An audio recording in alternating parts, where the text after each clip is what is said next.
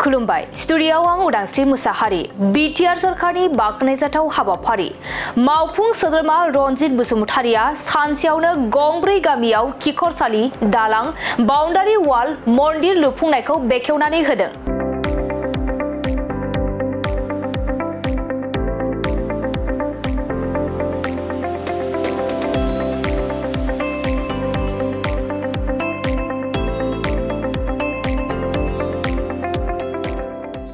नंगौ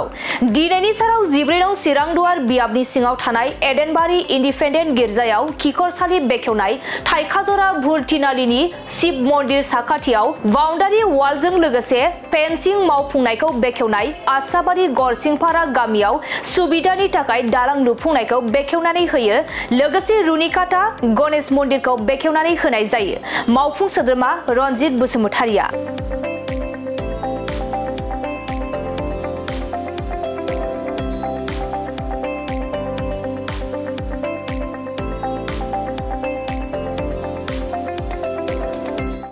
थारैनो बिटिआर सरकारा रायजो राजाफोरनि गोनां जानायफोरखौ मोनसेनि उनाव मोनसे सुफुंनानै होगासिनो दं। थिग बेबादिनो दिनैबो मावफुं सोद्रोमा रनजित बसुमतारिनि दैदेननायाव चिरां जिल्लानि सानसेयावनो गंब्रै गामियाव खिखरसालि दालां बाउन्डारि वाल मन्दिर लुफुंनायखौ बेखेवनानै होनाय जायो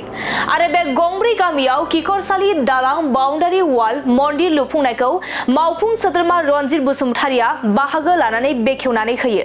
थारैनो जोबोद गोनांथि गोनां गंसे मन्दिर खिखरसालि दालां बाउन्डारि वाल मन्दिर लुफुंनायखौ मोननो हानानै मावफुं सोद्रोमा रनजित बसुमतारिखौ साबायखर बावदों लोगोसे उननि समाव आरज गाबग्रा मिरु लुफुंना होनायनि थांखि लानायखौबो थाब जाफुंथों होननानै मिजिंथियो होनना खौरांगिरिनि गेजेरजों फोरमायदों एडेनबारि इन्डिपेन्डेन्ट बेप्टिस्ट गिर्जानि दैदेनगिरि रनजित मुसाहारिया।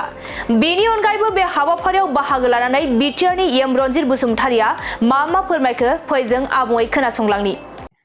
14 नं चिरांदुवार ब्लकनि सिङाव मानाव गेदेर शिव प्रमद बर' बिथांनि दैदेननायाव जोंनि सरकारनि जेसेबां मानि खामानि मावनाय बेनिनो मोनब्रैखौ जोङो दिनै खिथाहादों बेखेवदों लामा न' लेट्रिन आरो मन्दिर बेफोरबायदि माखासे खामानिफोरनि हाबाफारिखौ जों दिनै मावबाय। बावैसोनो जोंहा गोबां अपेनिं खालामनो गोनां दंबावो दरजा खेवनो गोनां दंबावो बेफोर खामानिखौ जों लाजोबबाय थागोन। गतिके जोंनि समस्तियाव 14 नं चिरांदुवाराव दिनैसिम बुंनो थाङोब्ला अजस्र खामानि जाबाय बे थांनाय 4 बोसोरावहाय गोबां खामानि जानो गोनां दंबावो जालांबाय थागोन बेखौनो आसा खालामदों। जोङो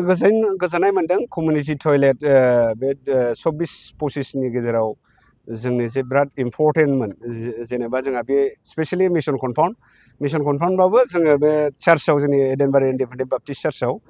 बेखौ पिनारडि डिपार्टमेन्टनिफ्राय हरनाय जादों आरो इएम सार जोंनि लकेल इएमआ बहुत सापर्ट खालामदों आरो दिनै इन'ग्रेसन खालामना फैबाय जों इनभाइट खालामनाय मथे जों खोब गोजोननाय मोनदों। उननि समाव माबाफोर थांखि होबावदों नामा बेवहाय लुफुंनो थाखाय?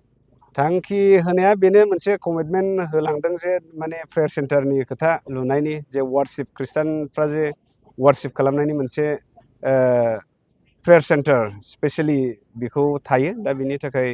माखासे बियो 50 लाखसोनि डिसकास खालामगोन CM बिटिआरजों होननानै गाव खोथा होलांदों बेखौ जोङो फैबाय थानायाव आसा खालामो होनायखौथ' जों एक्सेप्ट खालामगोन बेखौ 50 लाखस एप्रक्सिमेट बिदिनि खोथा होनदों दा बेसेबांसिम साक्सेसफुल जोङो फिउचाराव बेखौ नुलांगोन जोङो होयोबा निस्सय नाजावगोन फोथायनाय दङ निस्सय जागोन। फैबाय थानाय समाव माबायदि सापर्ट खालामगोन? सापर्टखौ एक्सुवेलि जोङो माखासे मा होनो जोङो बेखौ एक्जेक्टलि माखासे जोंनि जे फ्राय सापर्टआनो दंखायोआनो फ्राय बेवहाय खुनु गोनो गोथो गैया माने लिडारशिप नि माखासे बेलायाव जे जोंनि मावबाय थानाय जोङो बेयो मोनसे गोजोन थासारि फैनायाव जोङो बेखौ वेलकाम खालामो निस्सय बेयो जालांबाय थागोन आङो फोथायो आरो सापर्टआथ' बेथ' जालांबाय थागोन 100% सापर्ट बेवहाय खुनु कनफिउसन गैया बे आरो जोङो कमप्लिटलि इनडाइरेक्टलि डाइरेक्टलि माने डाइरेक्टलि जोङो उमुखखौ सापर्ट होनांगौ होननानै मोनसे मा होनो रिलिजियास अर्गेनाइजेसननिफ्राय एसे बुंनो एसे जोंहा प्रब्लेम जायो जोङो इसुस फैयो बेनिखायनो जों बे खोथाखौ जोंहा बुंनो एसे उसुबिदा जायो आरो আমাৰ এইটো গছিমপাৰা গাঁওখনত আমাৰ বহুত অসুবিধা হৈ আছিলে আমাৰ ল'ৰা ছোৱালীবিলাক স্কুল পঢ়িব যোৱা অহা যোৱাতে বহুত অসুবিধা হৈছে এতিয়া আমি বহুত দিনৰ পৰা আমি আগৰ চৰকাৰৰ পৰা আমি দাবী কৰি দি আহি আছিলো কিন্তু দিব পৰা নাছিলে কিন্তু এইটো আমাৰ PM আমাৰ এইটো চৰকাৰে প্ৰমোদ বড়ো অহাৰ পিছতে আমি এইটো ফেৰেঙা ছাৰে আমাক এইটো কমপ্লিট পুৰা কৰি দিছে এইটো কাৰণে আমি বহুত বহুত ধন্যবাদ তাক দি আছো আৰু কিছুমান ল'ৰা ছোৱালী এনে দুখীয়া ঘৰৰ এনে ৰেচন কাৰ্ডবিলাক পোৱা নাছিলে এইটোবিলাকো সম্পূৰ্ণ হৈ আছে এতিয়া বৰ্তমান আৰু এনে অৰুণোদয়বিলাকতো হৈয়ে আছে আগতে হোৱা নাছিলে এতিয়া এইটো চৰকাৰৰ পৰা অৰুণোদয়বিলাক চবে পোৱা পাইছো আৰু এইটো কাৰণে আমি আমাৰ ফালৰ পৰা ধন্যবাদ আমি আজি আমাৰ PM ছাৰ ৰঞ্জিত বসুমতাৰীয়ে বহুত দিন ধৰি আমি যোজা কৰি আহিছিলোঁ মানে ইমান দিন দিম কোৱাতে পৰা নাছিলে আৰু বিভিন্ন সময়ত সময় নোপোৱাৰ হিচাপতো কৰিব পৰা নাছিল এতিয়া 4 বছৰ মূৰত পাৰ হোৱাৰ পিছত কৈছে হৈ যাব ইমান চিন্তা কৰিব নালাগে এই বিষয়ে বহুতবাৰ অনুৰোধ কৰিছিলোঁ দিম কৈছিল কিন্তু এইবাৰ মুকলাই দিলে আমাৰ বহুত ভাল হৈছে আৰু এই ৰাস্তাখন বহুত বেয়া আছিল ল'ৰা ছোৱালীবিলাকে স্কুল অহা যোৱা আৰু গাঁৱলীয়াসকলৰ অহা যোৱা এটা বহুত অসুবিধা আছিল এতিয়া সুবিধা হৈছে অসুবিধা মানে বেছিকৈ স্কুল যোৱাটো বেছি অসুবিধা আৰু কিবা বজাৰ হয়তো কিবা কিবি বিক্ৰী কৰিবলৈ লৈ যোৱাটো বহুত অসুবিধা হৈছিল মানে পানী এক কোমৰমানকে দ আছিল ইয়াত পাৰ কৰিবৰ কাৰণে বহুত দিগদাৰ হৈছিল এইটো ৰণিখাটাৰ পৰা একদম কেলাহতীলৈকে চিধা এই মথাউৰিটো চাইড হৈ যাব মথাউৰিটো পাই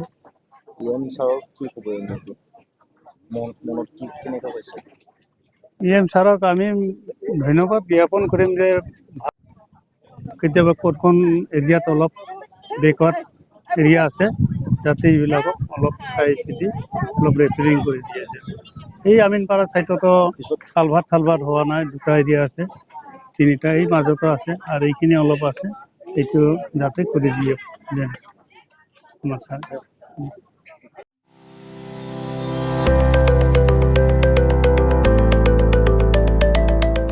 मोनसे गोजोनथाव खौरां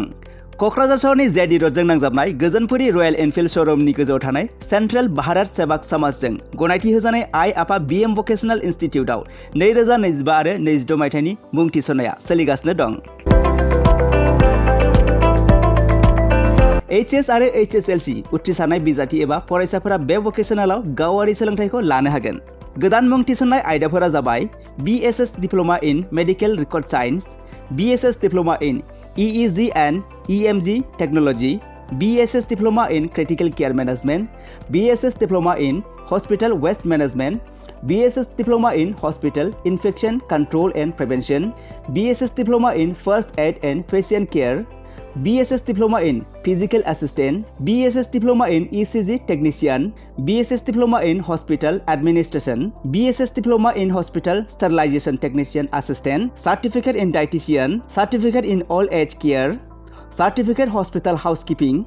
Lab Assistant, Pharmacy Assistant, Certificate in Emergency Medical Service, Certificate in Pulmonary Function Test एबा PFT Technician, Certificate in Awareness of HIV/AIDS, Certificate in Anti-Malaria Training आरो लोगोसे Office Management Courses, Computer Courses आरो Communicative and Soft Skill Educationनि कर्सफोरखौ 2 बोसोरनि गेजेरावनो आबुं खालामनानै BSS एबा भारत सेवाक समाजजों गनायथि होजानाय डिप्ल'माखौ लानो हागोन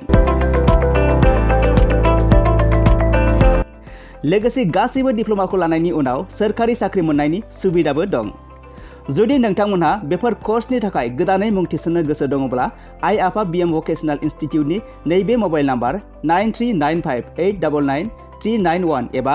8135971844 बे मबाइल नाम्बारनि गेजेरजों थोंजों सुलाद लाहरनो हागोन